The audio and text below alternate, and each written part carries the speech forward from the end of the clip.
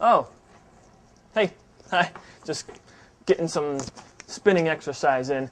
My name's Phil. I'm your 60-sec tech, and today's a viewer request. One person wrote us and asked us if we could show some of the functions on how to use the Elmo a little better when you're not using a laptop and when you're using a laptop, like the zoom controls, brightness adjustment, and so on and so forth.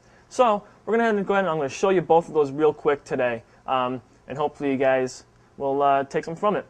So I'm going to go ahead and get everything set up. And guys, can you go ahead and put our please stand by logo up? No hurry, guys. Whenever. First, I'm going to show you how to use the Elmo, the pivot points and the zoom control, which you can use either if you're using the laptop or you're using it just by itself. And then I'll show you the menu if you're using it just by yourself without the laptop. So first, we're going to show you the pivot points here and how it can move. There's one right here, so you can see this moves like this. And as it moves on the screen here, you can kind of see it goes up and down. There's a pivot point right down here, so we can pull it forward, or we could pull it back. And there's one more pivot point, which is right here, and that way you can move this and adjust this like so.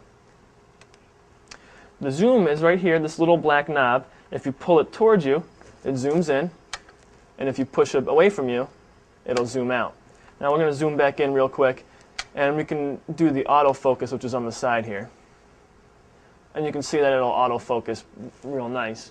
So let's go ahead and I'm going to show you the menu, and we'll just get set up real quick. Guys, can we have that Here's where the menu is, if you're using the Elmo just by itself. This button right here in the menu, you see when I press it, the menu pops up.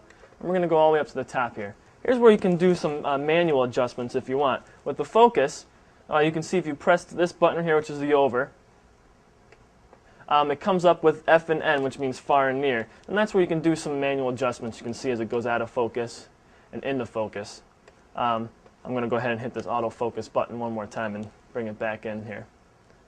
You got to press the left arrow to go back to the menu. Now if you want to do an auto adjustment on the or a manual adjustment on the brightness, you can do it through here.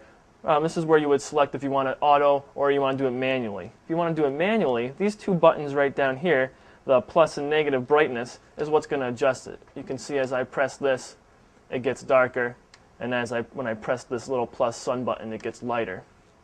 So that's the way you can adjust that. Now you can go down, there's more options in here you can use, which is image rotation if you want to flip the image, microscope if you're going to hook it up to a microscope, and then the white balance too, if you want to do an auto or manual white balance. So that's the way you would use the Elmo if you're not using it through a laptop. And now we're going to show you how to use it through a laptop, and we'll go from there.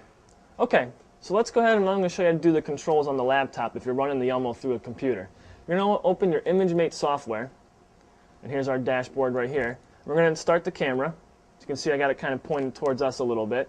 And now what we're going to do is let's say we want to do the zoom controls, but we don't want to leave the laptop to do that if for some reason the Elmo's on the other side of the room.